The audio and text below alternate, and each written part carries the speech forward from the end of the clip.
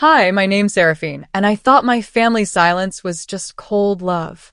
But on my 33rd birthday, over steak and champagne, my mother leaned across the table and whispered to my father, "Go change the locks on her house right now." An hour later, the police had sealed off my home, my life. Since that night, I've wondered, what kind of parents protect their secrets more fiercely than their child? And what happens when the daughter they underestimated decides to unlock every lie they ever built? It was just past 6 when I walked into the restaurant.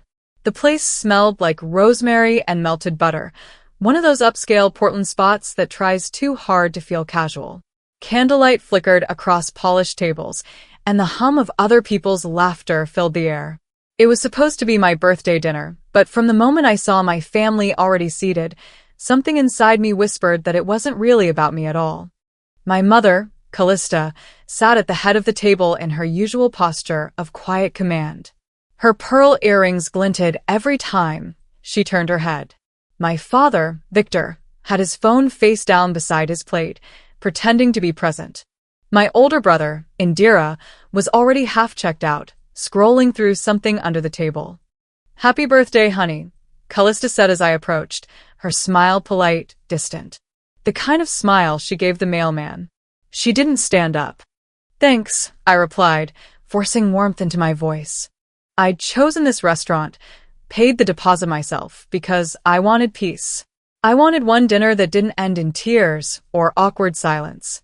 Maybe I thought tonight could be different. The waiter brought menus, but everyone already knew what they wanted.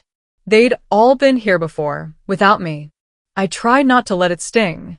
I took a slow breath, smoothing my napkin over my lap.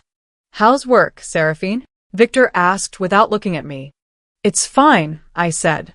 "Busy but good." He nodded like he was checking a box. Callista reached for her wine glass and said, "Well, that's nice. Stability suits you. You've always needed structure." Her tone made the compliment feel like a diagnosis.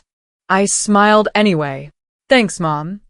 The table conversation slid towards safe topics: real estate prices, someone's vacation in Arizona, Indira's promotion. I stayed quiet, laughing when appropriate, pretending the distance between us was just emotional jet lag. The waiter returned with the wine. Callista raised her glass. "To family longevity," she said, smiling at everyone except me.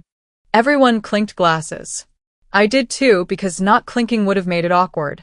But inside, I felt the air go cold. She couldn't even say the word birthday. Minutes stretched. My brother texted under the table. My father mumbled about traffic. I thought of all the times I'd swallowed disappointment, how I'd been the family's quiet fix-it person since I was 12. The youngest, the invisible one, the one who didn't rock the boat. When the cake arrived, it was beautiful. Chocolate layers, whipped cream roses. The waiter smiled at me. "Happy birthday," he said cheerfully, setting it down. But there was no name on it. No candle. No inscription. Just blank white frosting like a field of snow. My mother leaned toward the waiter. "Thank you," she said quickly. "Could we get smaller plates?" She didn't even glance at me. I laughed softly, more out of disbelief than humor. "No name?" I teased lightly. Callista looked at me, her eyes calm, almost pitying. "I thought it would be simpler this way. We don't need to make everything about you." The words hit like a slap. My throat tightened, but I managed to nod. "Of course," I said. "Simple's good." The conversation picked up again, everyone pretending that nothing had happened. But I couldn't unhear that line. "We don't need to make everything about you." I tried to eat, but the steak tasted metallic. The candlelight blurred. My fingers dug into the napkin on my lap, just to stay grounded. Halfway through dessert, I caught something, a whisper. Callista leaned toward my father, voice low, the kind of tone she used when she thought I wasn't paying attention. "Go change the locks on her house. Do it while she's distracted." My fork froze midair. My heartbeat stumbled. Victor looked uncertain for half a second, then nodded. "Now." "Well, everyone's here," she murmured. "Before she leaves." Indira pushed his chair back. "I'll take care of it," he said quickly. "Work call, right?" He winked at my father. He stood, slid on his coat, and left. I kept smiling. That same polite smile I'd been perfecting my whole life. Everything okay? I asked. Victor blinked. Work thing, he muttered. I nodded, pretending I believed it. Pretending I wasn't shaking. The dinner went on, minutes dragging like hours. Laughter felt hollow. Every sip of wine tasted bitter. Inside, I replayed the whisper over and over. Change the locks on her house. Why? What could she possibly gain from that? Was she trying to cut me off completely?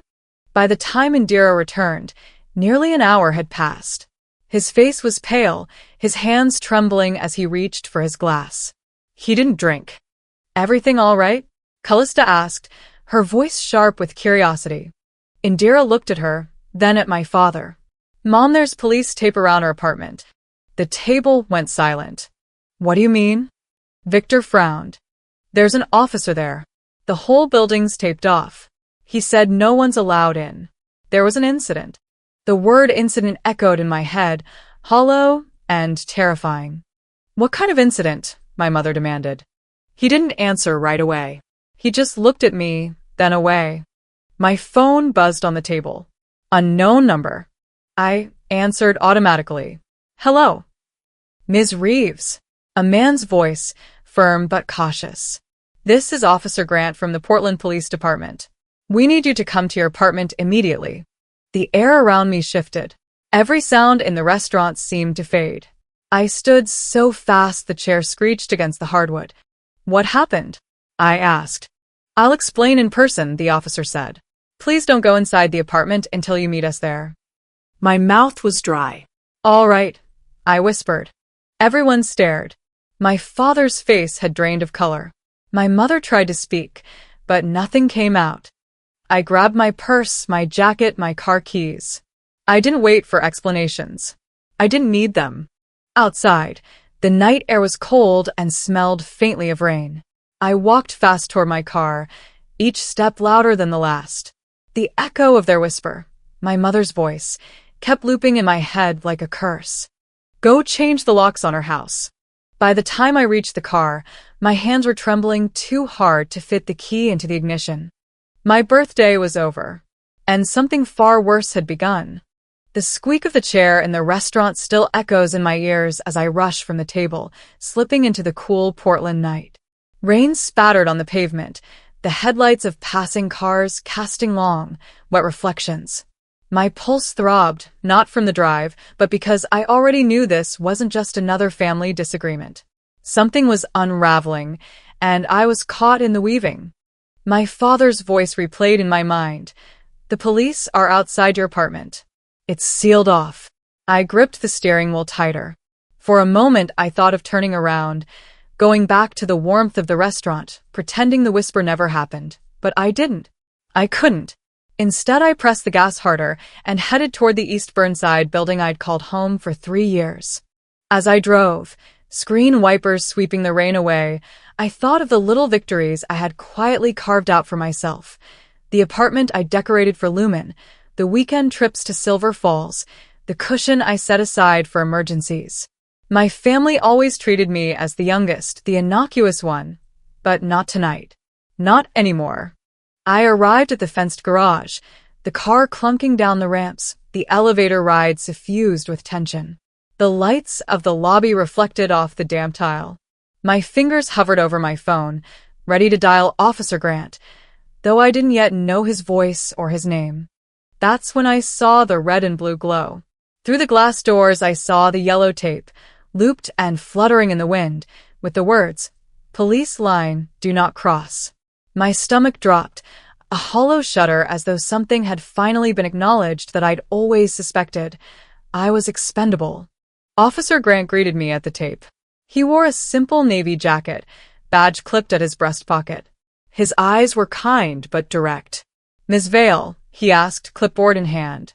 "Yes," I answered, voice steadier than I felt. "Your apartment, Unit 7B, was entered last night. Door forced open. Nothing appears taken." He paused.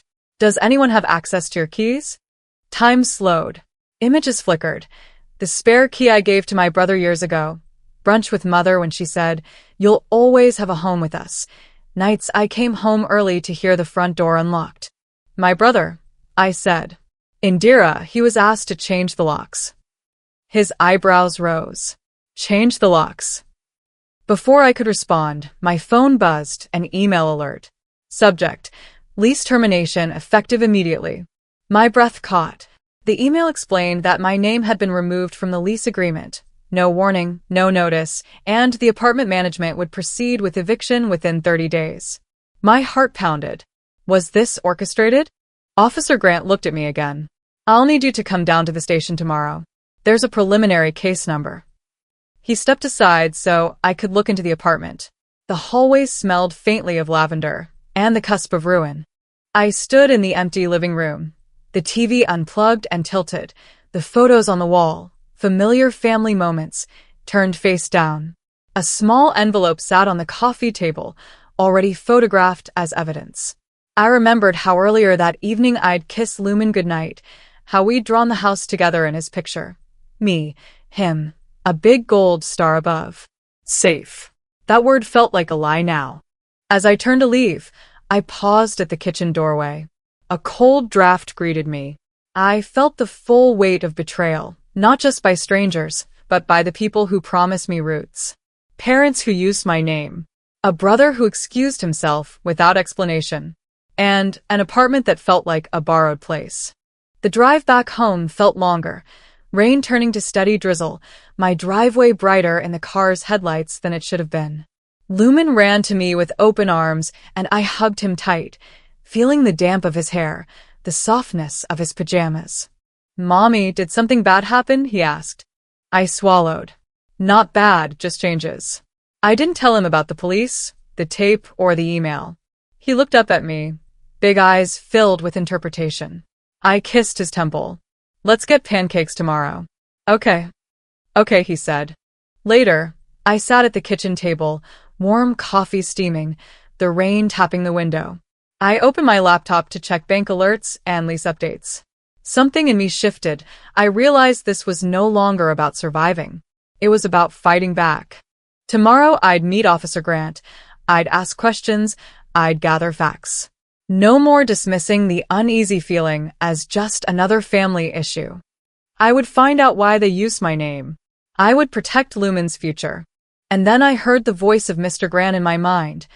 "There's more we found. Something in your living room you'll want to see." I clicked off the screen and stared at the wall.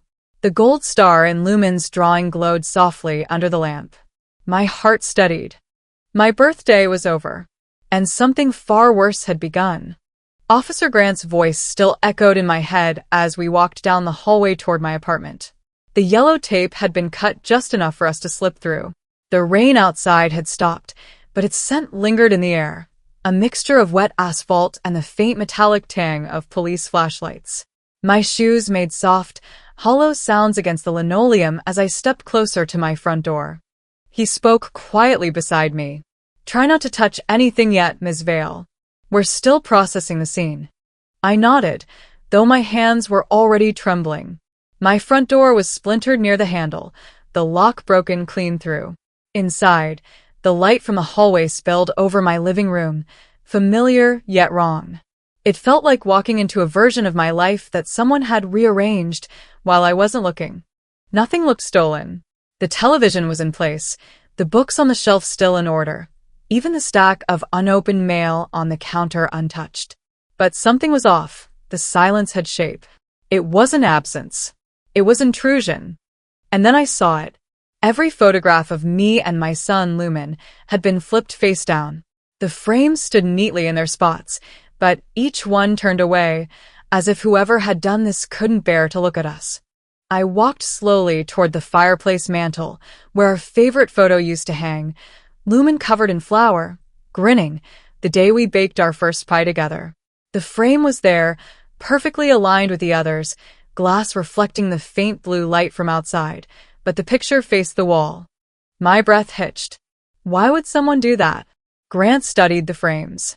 This doesn't look like vandalism. It looks deliberate.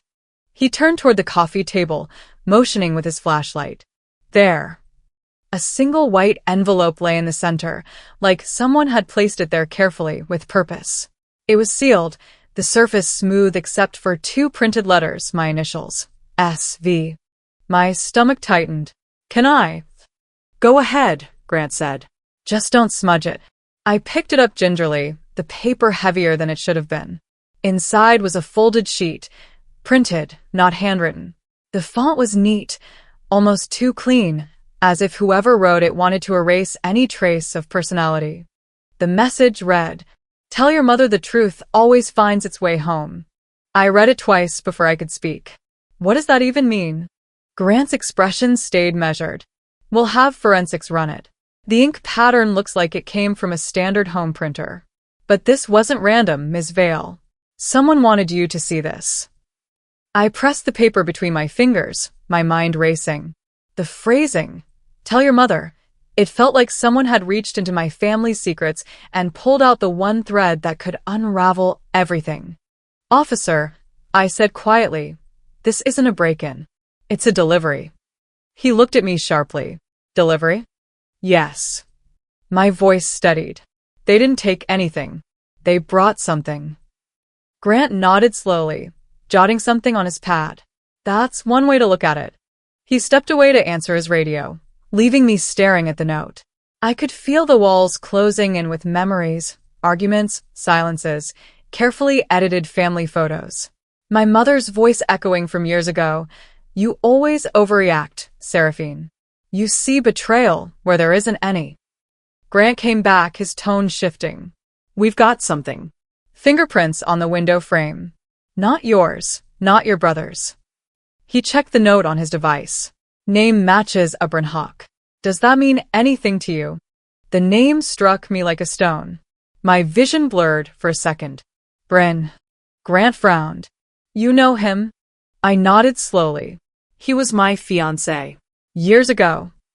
I felt the room tilt slightly as the memory surfaced. Bryn's laugh, his hands always stained with oil from his workshop, the way he looked at me like I was worth something. And then, just as suddenly, my mother's voice cutting through it all. "You'll thank me someday, Seraphine. Men like him only bring trouble." "I thought he left Portland," I said faintly. "My mother made me call, off the engagement. Said she had proof he wasn't who he claimed to be. But I never saw that proof." Grant's brow furrowed. "You said your family owns property here?" "Several," I murmured. "They're involved in business dealings." He wrote that down, then glanced at me. "We'll need to confirm with the landlord, but apparently Brynhawk had access to the maintenance keys for this complex. He's the nephew of the property owner." I took a step back, the air in the room thickening. "He had a key this whole time?" "Yes. He's currently in custody for questioning." My mind spun. If Bryn had broken in, why leave a note about my mother? What truth was supposed to find its way home? The weight of old memories pressed harder. I remembered the night I ended things with him.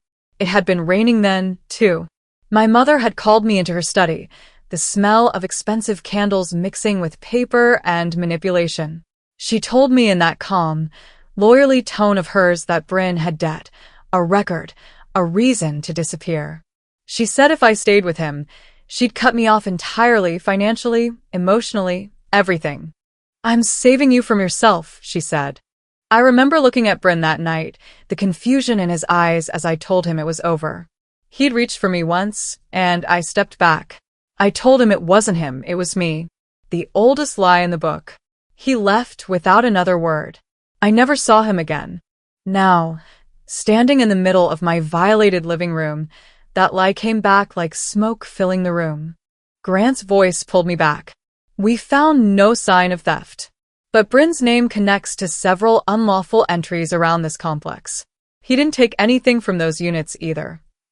"So, he's not stealing," I said quietly.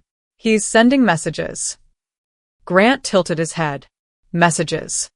I gestured toward the note on the table. "This isn't random. It's pointed. It's about her." He studied me for a long moment, then said, "We'll know more once forensics finish the report. For now, you might want to stay somewhere else tonight." I nodded, glancing around the apartment that suddenly felt foreign. I have a friend nearby. I lied. I'd find a hotel. Somewhere anonymous. As he packed up the evidence, I caught sight of one photograph that hadn't been turned down. It was taped to the hallway wall, near Lumen's room. His drawing of us holding hands, the gold star above our heads, the words written in crayon. Mom equals safe.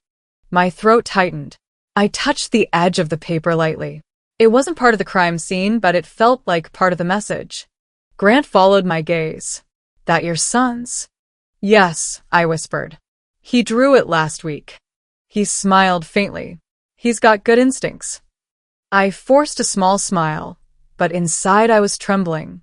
My family's ghosts had started walking again, and now they were leaving fingerprints. As I locked the door behind the officers and stood alone in the corridor, the lights flickered once. The hum of the city outside seemed distant, muffled, like I was underwater. I realized then that I wasn't just dealing with a break-in. I was standing at the edge of something much deeper. The truth wasn't just finding its way home. It was already inside. That night, long after the police left, my phone buzzed again. A new voicemail from Officer Grant. His tone was cautious but clear. Ms. Vale, he said, the bank transfer that paid Brinnet came from an account under your mother's name. I sat on the edge of my bed, the glow from my phone lighting up the dark room. The voicemail from Officer Grant ended with a soft click, leaving only the faint hum of silence. I replayed it once, then again. His words echoed through the small space like an accusation I'd always known was coming but never dared to name. The wire transfer to Bryn was traced to an account under Callista Marlowe, your mother. My throat tightened. For years, I'd tried to convince myself that my mother's cruelty had limits, that manipulation was her armor, not her nature. But this was something else. This was deliberate, calculated, criminal. I looked around my dimly lit apartment, the cracked lock on the door, the flipped photos still lying face down, the faint outline where police tape had been. Everything felt foreign now. My own life had been turned into evidence. I pressed play one more time, just to be sure I hadn't misheard. Under your mother's name. My heart pounded against my ribs. That meant the break-in wasn't random. It wasn't even about me, it was about control, about keeping me contained. I sat back, staring at the ceiling. The rain had started again, soft at first, then harder, like it was washing away the last fragments of my denial. When the phone buzzed again, it was Officer Grant following up with a text. Transfer memo reads, emergency maintenance. Timestamp, same day as the dinner. The dinner. My birthday. The whisper. Go change the locks on our house. They hadn't even waited 24 hours. I let out a low laugh, the kind that hurt. Emergency maintenance, I murmured. How fitting. A few minutes later, I opened my laptop. The glow of the screen felt almost intrusive against the dark room.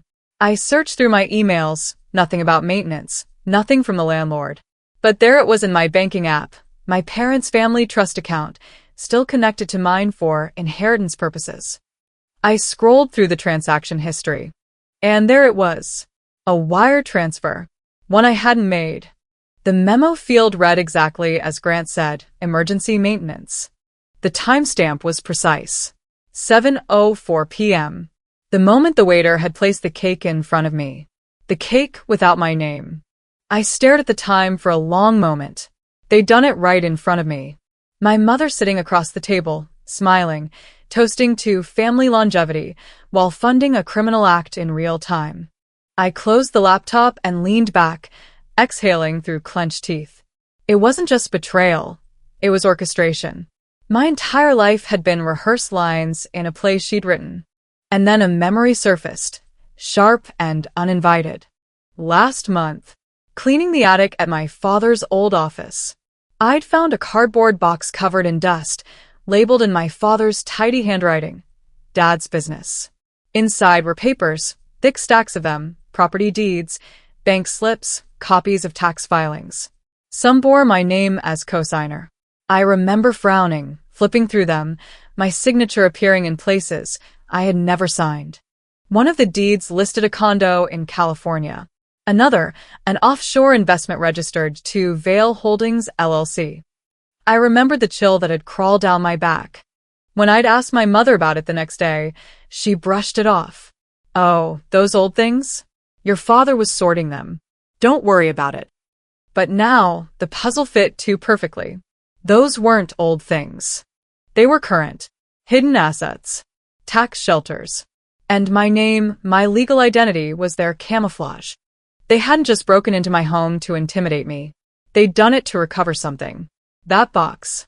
Those papers. I rubbed my forehead, piecing it together like fragments of a nightmare. My mother funding Bryn to retrieve those files, my father nodding silently at dinner, my brother acting as the courier. The whole family complicit in an operation designed to clean up their mess by making it look like mine. For years they'd painted me as the fragile one, the overreactor, the unstable daughter who couldn't handle responsibility. It was brilliant, really. If anyone ever accused them, I'd already been discredited. I laughed bitterly. "You didn't just underestimate me," I whispered. "You built your safety net out of me." I stood, pacing slowly across the room, the floor creaking beneath my feet. Lumen's small backpack rested by the couch, a patch of superheroes sewn onto the front. He was sleeping in the next room, his breathing soft and rhythmic. I stopped at the doorway, watching him for a long time. He had his father's curls, my mother's stubborn jaw, and a heart I was terrified the world might break before it learned to love him properly. "If I don't stop this now," I whispered, "he'll grow up thinking this is normal." The thought lodged deep in my chest. The kind of thought that changes everything. I walked back to the kitchen, grabbed my phone, and scrolled through my contacts until I reached her name, Mom. For a moment, I just stared at it. I could still hear her voice in my head, soft, condescending, so sure of her righteousness. She'd always had a way of making me doubt myself. When I was 17 and wanted to study art, she'd told me, "Dreams don't pay mortgages, sweetheart." When I'd left home at 26 after another screaming match about money, she'd sent me a letter that began with, "You'll regret this when reality hits." Reality had hit, just not in the way she imagined. My thumb hovered over the call button. My pulse drummed in my ears. I pressed it. It rang once, twice. Then her voice, calm as ever, Seraphine. "Hi, Mom." My voice came out flat, too calm to be normal. "I didn't expect you to call at this hour. Is something wrong?" "Everything," I said. "Everything's wrong." She exhaled slowly. "You're being dramatic again." I let the silence stretch. "We need to talk." Her tone sharpened. "About what?" "Tomorrow. My place. Alone." There was a pause.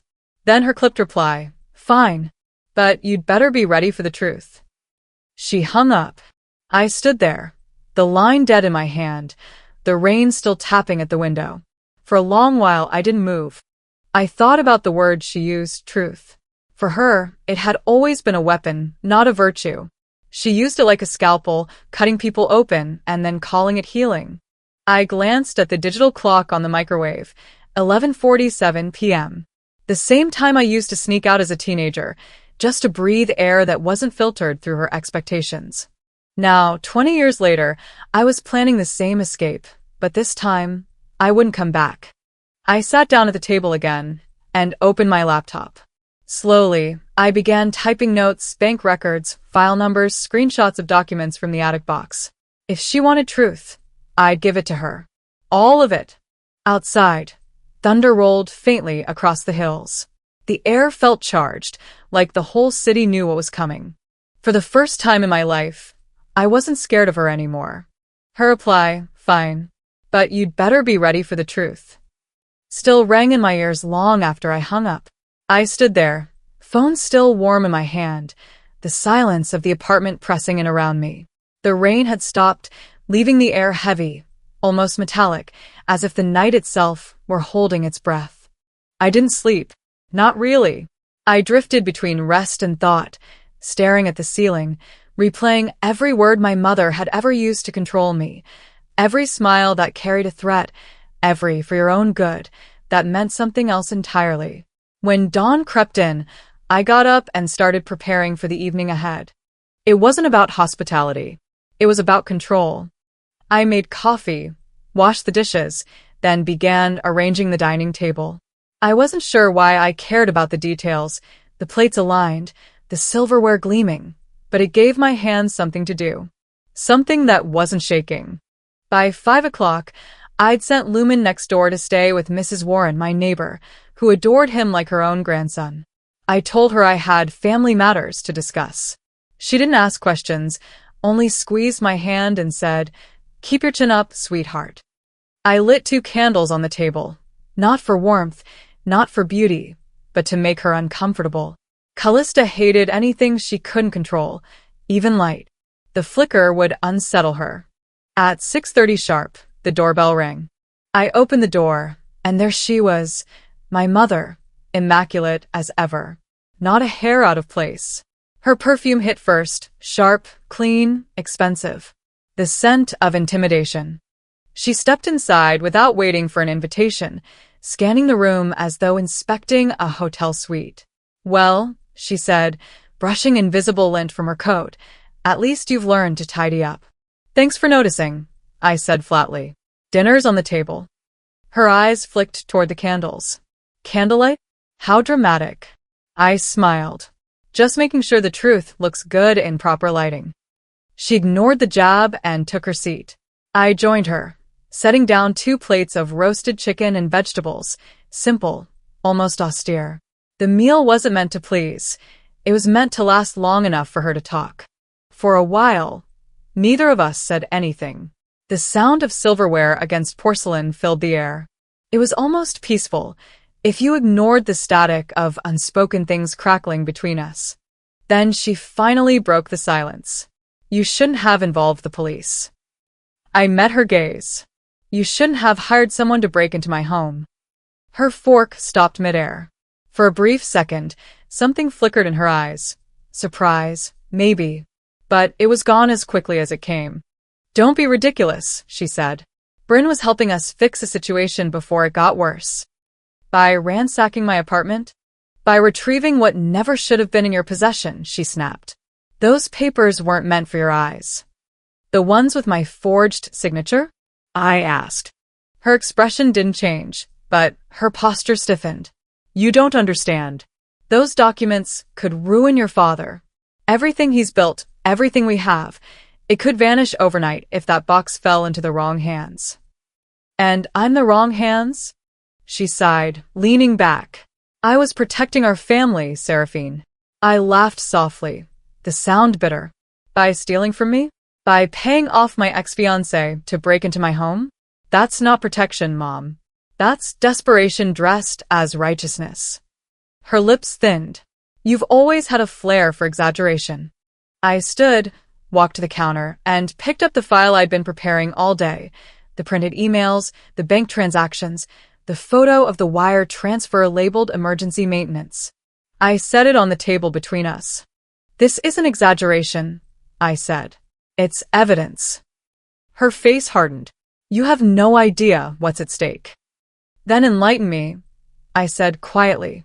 "Tell me why my name is on 3 property deeds in California I've never seen, why my social security number is tied to offshore accounts, why Bryn was paid from your account the night you toasted to family longevity. Go on, tell me what's at stake." For the first time, she looked shaken. The mask slipped, just slightly, enough for me to glimpse the exhaustion beneath it. But pride was her oxygen. She'd never let it go. "You think this world is kind to women who fall apart," she said coldly. "I built this family from nothing. I kept it together when your father's mistakes nearly ruined us. Those papers, those accounts, they were insurance. You should be thanking me." "Thanking you?" I repeated, incredulous. "For using my identity as a cover story? For planning to let me take the fall when it all blew up?" Her hand slammed against the table. "Watch your tone." "No," I said, my voice steady. "You don't get to control that anymore." She froze. The silence between us thickened, humming with decades of suppressed truth. I reached into my pocket and pulled out my phone. The red light blinked steadily from the corner of the screen. I turned it toward her. You just admitted everything, I said evenly. On record. Her face went pale. You wouldn't dare. Wouldn't I? I held her gaze. For once, Mom, I'm the one holding the cards. Her jaw tightened. You have no idea what you're doing. If you release that recording, you'll destroy us all. I tilted my head slightly. Then maybe we deserve to be destroyed. Her eyes flashed. You'll never have a family again, Seraphine. I smiled faintly, but it wasn't cruel. It was tired. Then maybe it's time I build one worth having. We sat there in silence again, but this time it wasn't the silence of fear. It was the silence of endings. She gathered her purse slowly, movements precise, deliberate. As she stood, she said, You always were too sentimental for your own good. I hope you know what you're doing. I do, I said. For the first time, I really do. She lingered at the door for a moment, hand on the knob. You'll regret this, she said softly. Maybe, I replied, but at least it'll be my regret. When she left, the air in the apartment shifted, lighter somehow. The candles flickered out on their own, thin curls of smoke rising toward the ceiling. I didn't move for a long time. Eventually, I picked up my phone, saved the recording to the cloud, and slid it into a folder labeled Truth. Then I sat back, letting the quiet sink in. Outside, the streetlights flickered on. Somewhere in the distance, a siren wailed. Lumen would be asleep by now, safe next door, dreaming of something far better than this mess of a legacy. I stood, blew out the last candle, and whispered into the dimness, It's over, Mom. But even as I said it, I knew it wasn't. It was only beginning. The next morning, I walked into the precinct, a manila folder clutched tightly in my hand. Officer Grant looked up from his desk as I approached. This, I said, setting it down in front of him, is everything I have on them. The detective's words lingered behind me like concertina wire, still sharp, still dangerous, long after I shut the precinct door. I walked into my car, rain-slicked pavement reflecting city lights, and let the engine idle while I exhaled loud enough to feel it.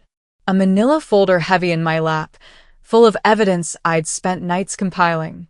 I glanced at the glove compartment where Lumen's lunchbox sat untouched, as though his day had paused for mine. I pulled into the parking garage, the air in the closed space warm, humid. As I navigated the ramp down, a sentence kept circling in my mind. This isn't just evidence. It's motive. And intent.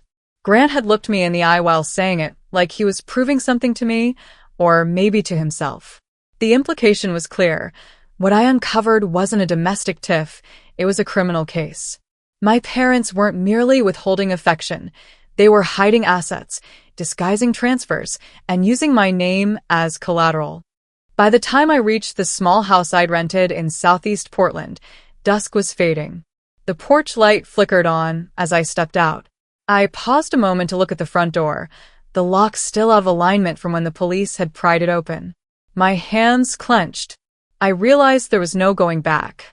I'd drawn a line in the sand, and now I was standing behind it. That evening, after tucking Lumen into bed next door at Mrs. Warren's place, I sat at the kitchen island with the folder spread out before me. The kitchen's warm overhead light cast gentle halos around the documents. I marked each sheet with notes. Property deeds, shell companies, wire transfers, a note from Bryn typed and left on my coffee table like a bomb. My mind moved systematically, the way I used to revise architectural drawings, searching for irregularities. One sheet showed a shell company in the Cayman Isles, set up in my name. Another transfer, $45,000, marked emergency maintenance, with a date that matched the night of my birthday. I tapped the corner of the paper with my finger and murmured, They moved the pieces while I laughed at the cake they didn't label. By the time I heard Grant's message come in, Ms. Vale, your parents moved funds offshore under a shell company listed in your name. The folder felt lighter in my lap. It wasn't just destruction I held now. It was power. I made the call before bed. My thumb hovered over Mom's name in my contacts, Callista Marlowe. I stared at it for too long. I replayed her voice, how she'd once told me, Dreams don't pay mortgages, sweetheart. I remembered how the phrase haunted me as a kid deciding to study architecture rather than law. Now I realized it wasn't advice. It was a curt dismissal of what she considered hopelessness in me. Mom. I pressed send. She answered on the second ring. Seraphine. The mellowness of her tone jarred me. I've filed it, I said. My voice even. Quiet. There's no turning back now. She took a breath. You're making the biggest mistake of your life. I leaned forward across my countertop, where the folder's spine cracked open. No, I said. The mistake was trusting you. She paused, an eternity in the crackle of the line. You always were too sentimental, she said finally. I hope you know what you're doing. I do, I said. For once. I hung up. The phone felt cold in my hand as I placed it beside the folder. I stayed awake a long time, listening to the house settle, the hum of the refrigerator, the steady tempo of Lumen's breathing next door. I thought about that word. Sentimental. She'd used it to knock me down gently enough that I didn't fight back. But tonight, I changed its meaning. Sentimental meant I cared deeply about more than dinners and loyalty. I cared about truth. The next morning, I drove my sedan through the quieter side streets of Portland. Newspapers flashed. Local couple under investigation for financial fraud. I pulled into the school pickup zone early, the sun just brushing the skyline. Kids streamed out, backpacks bobbing. Lumen emerged, waving before he saw me, and ran to hug me. I hugged him back, the backpack's superhero patch still looking fresh. A parent nearby made eye contact and nodded. His grin widened, and I realized I held my head a little higher than I had a week ago. My phone buzzed with news alerts. Social media comments slid past. Finally the truth. She always knew. Mama's empire crumbles. I ignored most of them. I wasn't here for applause. I was here for safety, for a legacy that didn't exploit someone's identity. When I returned home, the front window was intact for now, but the lock looked worse. Wood splintered at the frame where the intruder had forced entry. I snapped a photo for Grant and locked the door behind me. The rain started again, soft at first. I didn't move inside immediately. Instead, I stepped onto the porch, listened to it patter on the roof, watched the empty street glisten. I felt a small thrill, like the calm before someone else's storm. That night, as I sat at my desk organizing the files, a distant crash startled me. I slipped from the seat, the folder in hand, and ran to the front window. Glass shards littered the floor. My heart clenched. Taped to the stone sill was a folded note. I snapped on my flashlight and picked it up. The words were clear in black marker. You'll regret this. Instead of fear, I felt a surge of clarity. I placed the note in a sealed evidence envelope. I took deep breaths, 6 of them, slow and deliberate. Then I exhaled. My phone lit up with a message. Officer Grant. Are you safe? Patrol near your address. I typed, safe. Proceeding as planned. I returned to the desk, reopened the folder, and pulled out a fresh sheet of paper. I wrote 3 headings, timeline, evidence, plan. Then I wrote in bold. They chose my birthday. I choose this moment. I looked at the window one last time. Rain sheeting down the glass in distorted rivulets. The world outside had turned dark. Inside me, something had brightened. The crash was so loud it felt like thunder had split the night in two. I didn't scream. I just stood there, heart thudding, staring at the broken window, glass glittering across the floor like sharp confetti.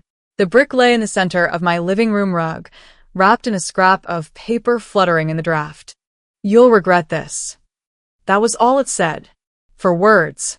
Thick black ink, heavy strokes. The kind of handwriting that looked rushed, angry. Mail. I crouched down, my fingers steady even though my breath wasn't. I snapped pictures, the note, the brick, the shattered window. Then I called Grant. He answered on the first ring. Ms. Vale. It happened again, I said. Someone just threw a brick through my window. There's a note. He didn't hesitate. Stay inside. Don't touch anything else. I'm sending a patrol now. I nodded even though he couldn't see me. Lumen's not here tonight. I said quietly. Good, he replied. Let's keep it that way for now. By the time the patrol car arrived, the air outside had turned cold and sharp. 2 officers taped off the area, the red and blue lights painting the walls of my living room in an eerie glow. I sat on the couch, hands clasped tight. One of the officers, a younger man, asked, "Do you have any idea who might have done this?" I smiled thinly. "Oh, I have a few guesses." After they left, Grant called again. "You okay?" "I'm fine," I said, though my voice didn't sound convincing. "Just tired." "Try to get some rest," he said. "We'll have a unit drive by through the night." When the call ended, I picked up the last shard of glass from the floor and looked around. My home felt smaller, like the walls had learned to whisper. The next morning, I walked across the street to Mrs. Warren's house to pick up Lumen. He ran to me, all smiles and energy, oblivious to the chaos from the night before. "Mom." Mrs. Warren made pancakes with blueberries. "That sounds amazing, sweetheart," I said, hugging him tight.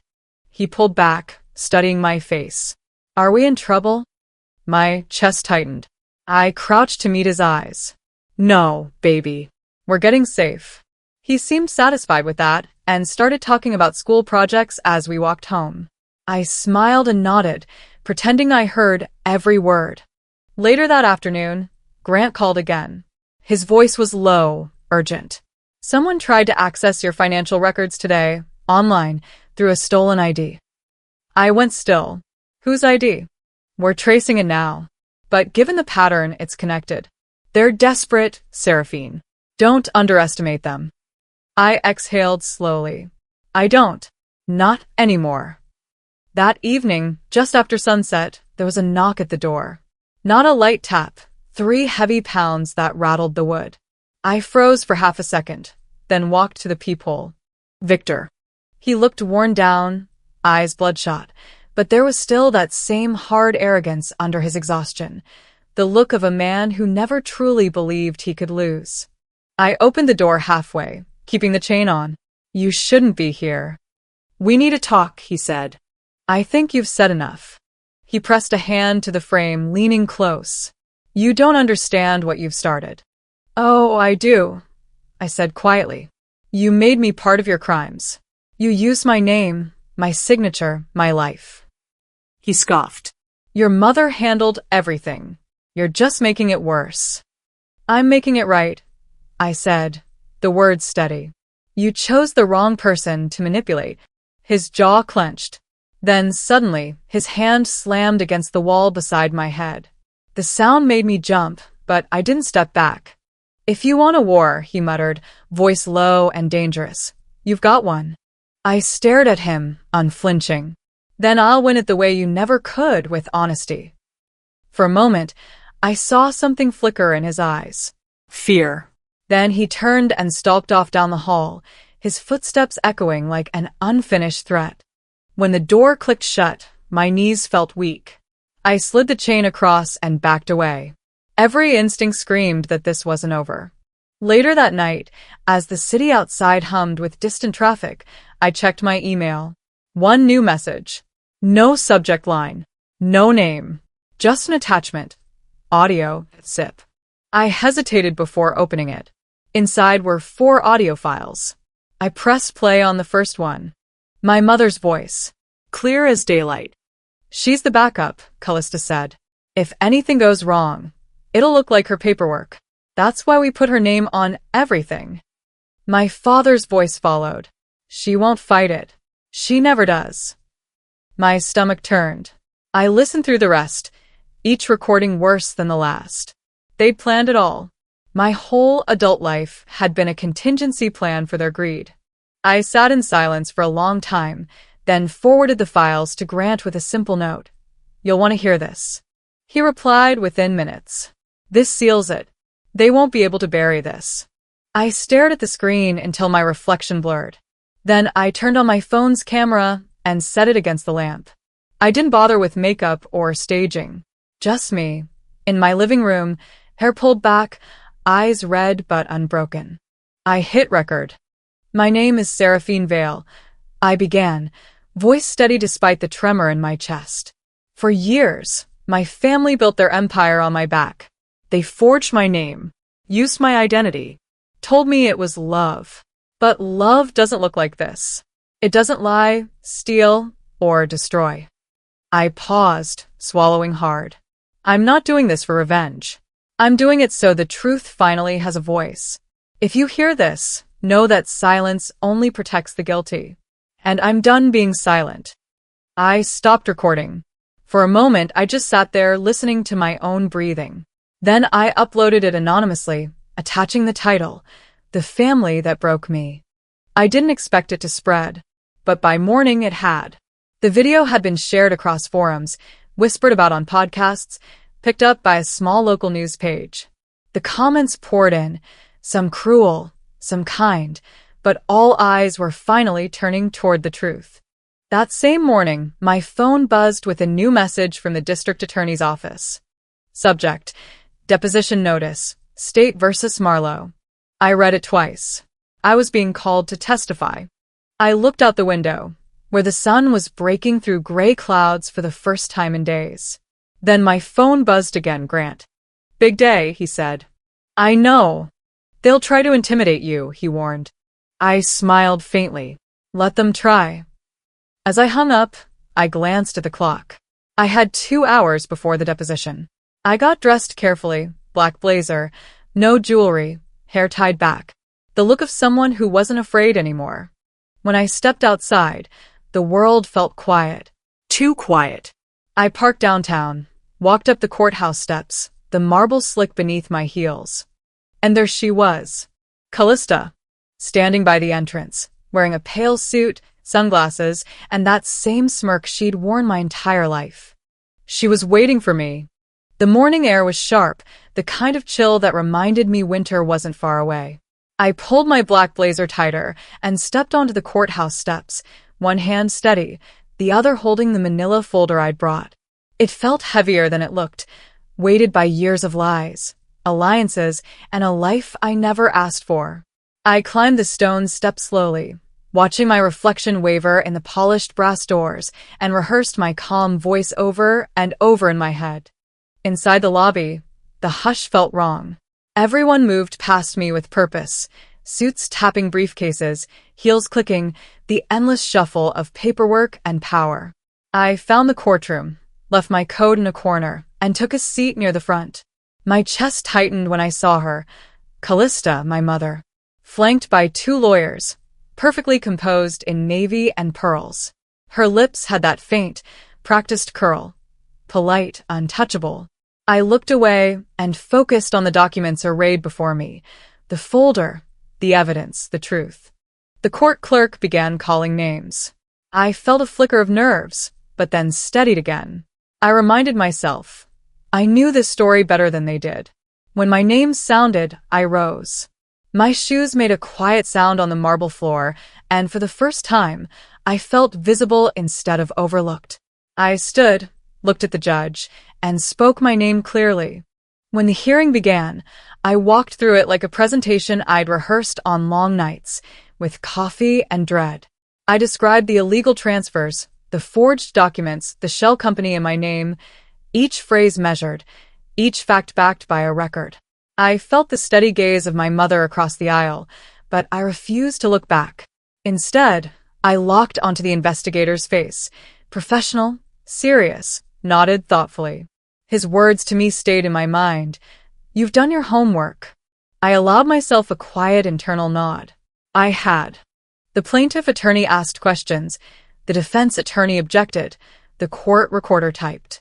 Yet to me it felt easier, clearer than anything I'd done before. I wasn't lost in someone else's script. I was writing my own.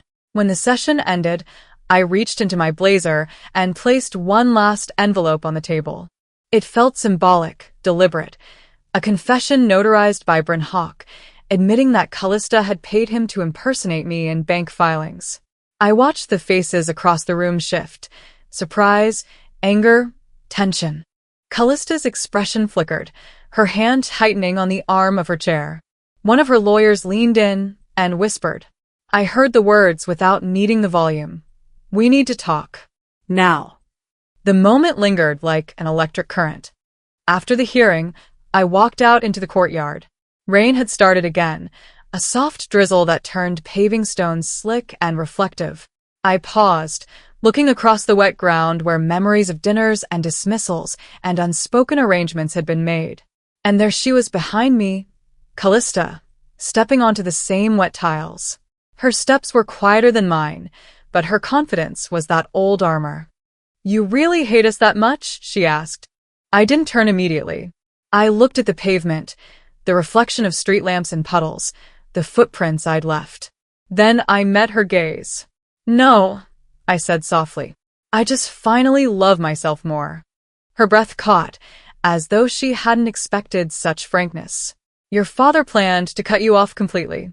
You were the last thread." She sounded tired, but still sharp.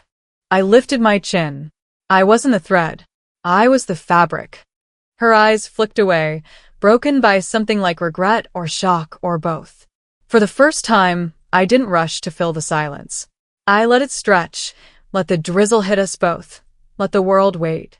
Behind me, the courthouse doors clicked shut. I walked away, each step firm, my heels steady on the wet sidewalks. The drip of rain mixed with city echoes. My chest felt lighter, my spine straighter. I didn't look over my shoulder. Inside the folder at home, the audio files, the transfers, the deeds, they were safe. I'd done what I had to do. Outside, something shifted. That night, I tucked Lumen into bed, held his small hand, and softly whispered, "It's over." But even then I felt the weight of what it meant. Not everything ends cleanly, not all wounds vanish. Some scars remain. Light filtered through the curtains in my new living room, soft and unassuming. The kind of morning I used to crave, a fresh start. I stood at the kitchen island, dressed in jeans and a simple white blouse, sipping my coffee slowly, allowing myself the luxury of calm. The folder full of legal papers, once heavy with threat, now rested in the drawer. The media storm had faded. The echoes of the courtroom battles still hummed in my mind, but they no longer had power over me. Weeks had passed since the deposition. My father had stepped down from the company board, a press release stating he would pursue personal interests outside of public life. My mother's social media accounts vanished overnight, profiles deleted, comments disabled. I received a letter one afternoon in a plain white envelope. "You are cleared of all wrongdoing." The district attorney's signature underneath felt like air released from a balloon I didn't realize I was holding. The house, a small two-bedroom near a leafy block in Portland, belonged to me and Lumen now. No more pretense of family dinners where I was invisible, no more polite smiles hiding cold commands. We had our own rhythm. Pancakes on Saturday, library trips, his favorite superhero backpack bouncing beside me as we walked. My old apartment? Leased out. The damage cleaned, the scars there only for me to remember. A local nonprofit called Women's Financial Empowerment invited me to speak. 30 minutes. My story. Their audience. Women in their 50s and 60s who'd been quietly white-knuckling through financial entanglements of their own. I hesitated. Walking into that room, telling strangers about broken locks and forged signatures, felt exposing. But I said yes. Because stories are bridges. Because a life worth rebuilding is worth sharing. The day of the talk, I raised my hand to adjust the microphone. The room of women leaned forward. One in the back wiped a tear. I told them. I lost a family, but I found myself. And for the first time, I don't feel guilty for choosing me. Applause filled the hall. Not for triumphs, but for truth. That night, as I tucked Lumen into bed, his small body tucked under the comforter and his favorite comic book in hand, I paused to look at him. The light from his night lamp cast a soft glow around us. "You smile more now, Mommy," he said, yawning. I kissed his forehead. "That's because I'm free." The voicemail from my mother came on the next morning. Her voice trembled just enough to sound vulnerable. "I hope you're proud. You've torn this family apart." I held the phone for a moment, thumb hovering. Then I pressed delete. The hurt was still there. It might stay. Some wounds don't fade easily. But I was done letting them define me. While unpacking boxes in the garage, I found an envelope tucked behind my grandmother's old lamp, sealed, yellowed, undelivered for 10 years. It read, "If they ever use your kindness against you, don't forget, you are stronger than them." I read it, closed my eyes, let the tears fall, not of sadness, but of release.